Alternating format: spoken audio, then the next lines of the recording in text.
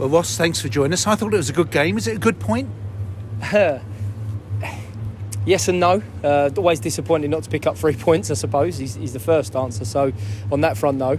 But it was probably a good game if you were watching it from a little bit more of a removed position than I was, I suppose. I'm just a bit disappointed, said to the lads there, just a bit disappointed that we didn't really go ruthless in terms of our start to the game, going a goal up. I thought we were comfortable with that being good. But needed to show a little bit more of an edge to really try and go and put a team to the sword. And then obviously the way the game evolves in the second half, it can go either way. So yeah, probably a good game to watch. But from my perspective, just a bit disappointed that we didn't really kick on after the start that we had. It was another very good move for the goal. Yeah, and probably, like I say, probably in the first half, we probably had more of those moments. Jordan created things 1v1 in the second half, but we probably had more of those little moments in the first half where we really looked to hurt the opposition in a manner that I would expect us to. And then second half, we never just quite got a grip to really build attacks or have any sort of real sustained moments in the game. I thought the game become open, which is why it becomes a good game to watch, as we've just said. So another good goal, like I say. Pleased for Connor because he keeps getting on the score sheet, which is a big thing that he and I have spoken about all over the summer and into the season, and he needs to keep adding to his tally, which he has done again tonight. So I'm delighted for him. Exeter are a good side, and their equaliser was taken well. But from your perspective, I would imagine you're disappointed. I'm disappointed because of the message that we spoke about at half time. Let's go out. It's a team that haven't had a great first half against us. We've got a real opportunity to really build, but we've got to respect the fact that they're going to come out organised, fresh, ready to go again because of the message they've been given from their manager, like we would if we were 1-0 down. But we need to be switched on, ready, focused, ruthless in terms of the way that we start the second half. And whether it was a good finish, whether it was a good move, whether it was a bad move, an indifferent one, it's disappointing to let a goal in so quickly into the second half. I understand the goalkeeper for Exeter was only signed at 3 o'clock today, an emergency signing, 19-year-old. You disappointed you didn't test him more? To a degree, yes. Like I say, I think the reason for that, Dave, is because the game just sort of drifted a little bit and we didn't really get control on the game like I would hope us to. So then, therefore, we don't get the 17 attempts that we had on the goal on Saturday at Stevenage. So, yes, I am disappointed. A couple of good deliveries from Jordan in the first half. A couple of good moments from him again, like I say, in the second half, but didn't quite end up with us troubling him as much as we would like to. 6 now for Connor Wilkinson. Yeah, and we had a chat yesterday. Saturday's goal meant that he equalled his tally for last season, but that's not enough for Connor Wilkinson. He needs to be going way beyond that. There's a long way to go, a lot of football to go. So I'm delighted that he's responded with another goal tonight. I think we saw a tired Connor Wilkinson in the second half, so we had to get him off to protect him a little bit. Are there 1 or 2 players that are feeling a bit tired now? Yeah, There's such an incredible schedule. Yeah, just had a chat with Wayne Carlisle there, to be honest, and just said, like, the end of the game, everyone's having a right good go at it, but you can see tired legs. And I've gone probably from one extreme to another, very, very protective of the group, and then these boys have played a lot of football in recent weeks, so conscious of 1 or 2 today in terms of, like I say, with Connor, with Broth, that we looked a little bit I wouldn't say off the pace, but just not quite as sharp as we can be, which may have led to what I just said there, that we weren't ruthless to finish the game. And is that going to be a factor? Because there's 2 tough games coming up. Bolton, of course, a big club, and they've got some good players, and then Forest Green Rovers. Yeah, we knew that coming into tonight's game that it was going to be 3 difficult games, albeit you only approach one at a time and you prepare for each one as they come. We knew that the next 3 were going to be and are going to be tough. So yeah, 100% we respect what's coming here at the weekend. We know it's a group of very good players, but I believe I've got a group of very good players here, and we hung in there tonight. We've shown a different side to us. I think disappointed that we've the fact that we're disappointed to only draw 1-1 with a very, very good team at the level is a positive, if that makes a little bit of sense. Like I say, not acceptant of it at all, but at the same time, we hung in there and we didn't get beat. So we have to take that. We had a not so great run coming off the back of our break that we had. I feel as though we've turned the corner tonight, and we have to sometimes respect when we're not playing particularly well and get points out of games, which we've done tonight.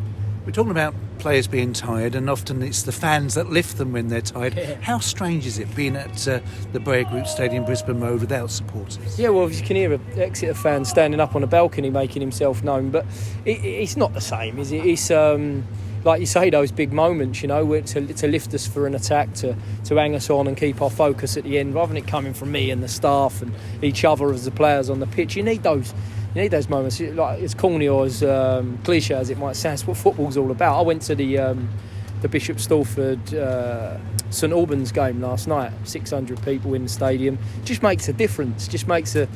Gives an edge to the game. You know, a cheer when the goal goes in. It's football. It's what we all know it and what we all believe it to be. So yeah, it's lacking something. You know, we win a game of football and you're all slapping hands and shaking hands and walking off pleased, but it doesn't have the same edge as jumping around and punching the air with a south stand like you would have done in previous years gone by. What's the Turio? I wouldn't call it concussion, Dave, because I'm not a medical expert to put that label on it, but I would say something along the lines. I think it said at the weekend that when he came off Saturday, he was a bit sort of here, there and everywhere.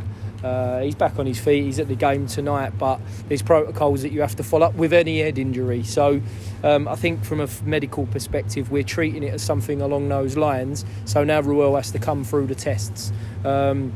He's not been great the last couple of days, so we don't know how close he's going to be to being ready for the weekend, which is an extreme disappointment because we want that competition for places and we want Ruel out there trying to score goals and help us win football matches. But at the same time, his well-being when it comes to a head injury is paramount.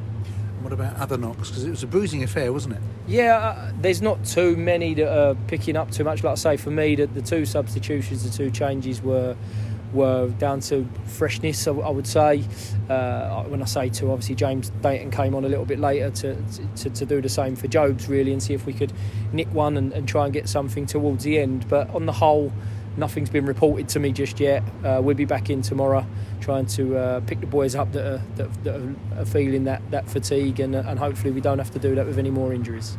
Finally, Ross, can I ask about COVID? Because on Saturday, Exeter played Scunthorpe. We understand that there's a number of players that have tested positive at Scunthorpe United. They've got games that have been postponed. There seems to be a lack of clarity, a lack of consistency as to what the guidance is.